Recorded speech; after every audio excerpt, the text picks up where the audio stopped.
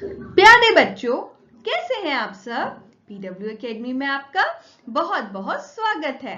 आज हम LKG का पार्ट 3 वर्ण ई के बारे में बहुत कुछ सीखेंगे। तो चलो अपने ज्ञान के हवाई जहाज पर बैठकर निकल पड़ते हैं। बच्चों, आपने ई से शुरू होने वाले बहुत सारे शब्द सीखे हैं, तो जरा कुछ शब्द मुझे बताओ तो।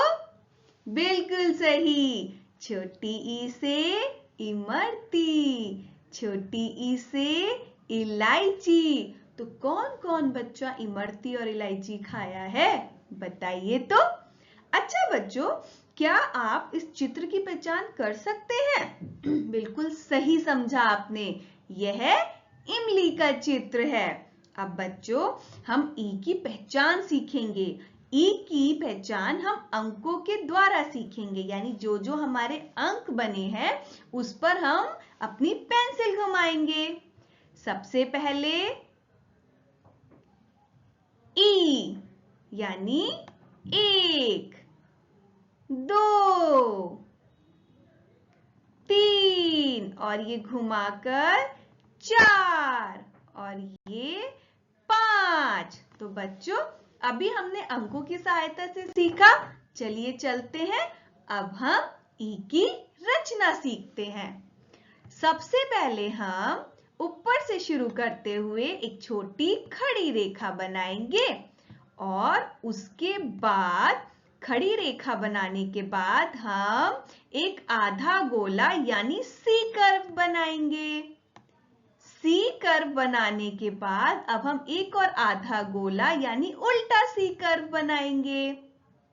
जब हम उल्टा सी कर्व बना लेंगे, यानी हमने छोटी लाइन खींची, फिर हमने एक सीधा सी बनाया, फिर एक उल्टा सी कर्व बनाया और अब हमने लाइन को घुमाते हुए टेढ़ा करते हुए नीचे की तरफ खींचा। यानी सबसे पहले हमने छोटी रेखा खींची, फिर एक सी कर्व बनाया, फिर एक हमने उल्टा सी कर्व बनाया और रेखा को घुमाते हुए टेढ़ा करते हुए नीचे रेखा खींची और अंत में हमने शिरोरेखा खींची। तो बन गया हमारा ई।